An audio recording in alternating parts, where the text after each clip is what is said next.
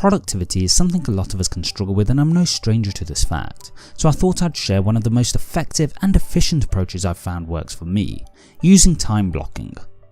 This technique is one that's utilised by many people in the world today, including the likes of Cal Newport, Elon Musk and Bill Gates, the latter two of which use what is called the 5-minute rule, something that I'll explain in more detail later in the video. Just quickly before moving forward, if you find this video of value and helpful, please consider leaving a like, as this will help push the video to potentially help benefit others. The principle of time blocking is rather simple.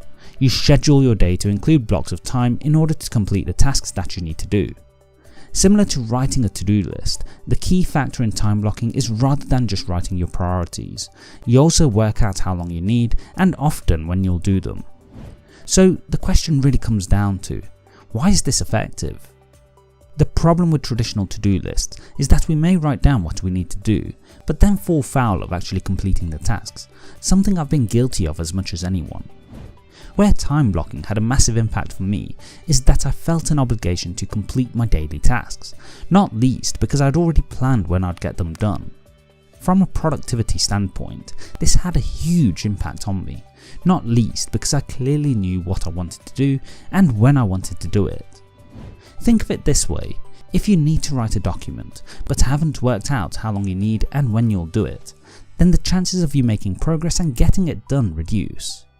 And this is simply on the basis that you've not fully committed to completing the work. However, if you've scheduled the work and committed to doing it at that time, then your chances of following through naturally increase, not least because you've given yourself a time to do it and therefore a natural deadline. This leads us to the next point. How do you apply time blocking? The steps to time blocking can vary depending on your preferences and personal approach. In my case, I tend to start out by identifying and listing my tasks for the day and then go through a process of prioritising them. Once I've got the list together and ordered, I'll work out how long I think I need for each individual task, usually giving myself a little contingency time on top to try and give myself a greater chance of success. After my time has been assessed, I'll schedule these into my day's calendar, in effect committing to a time to complete the given tasks.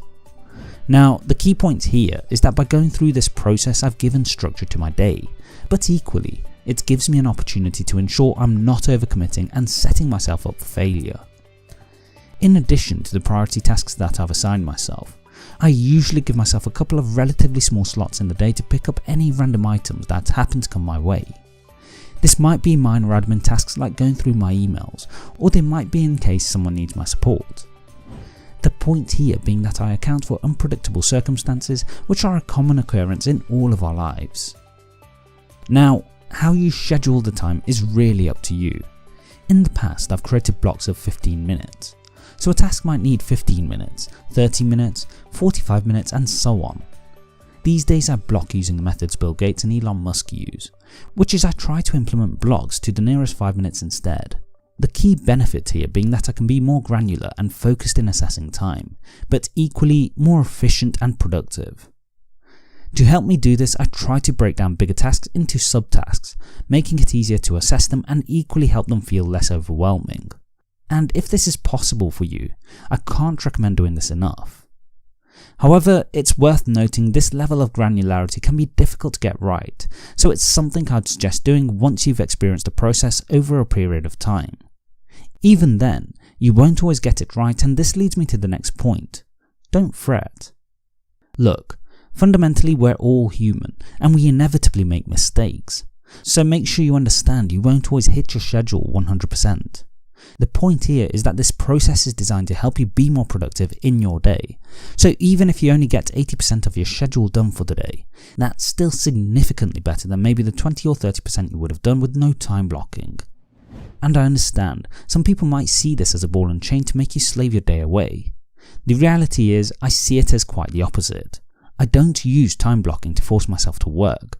Rather, I use it to help myself to try and have the best day I can imagine, making the most effective use of my time and ultimately stopping myself falling into the trap of Parkinson's law.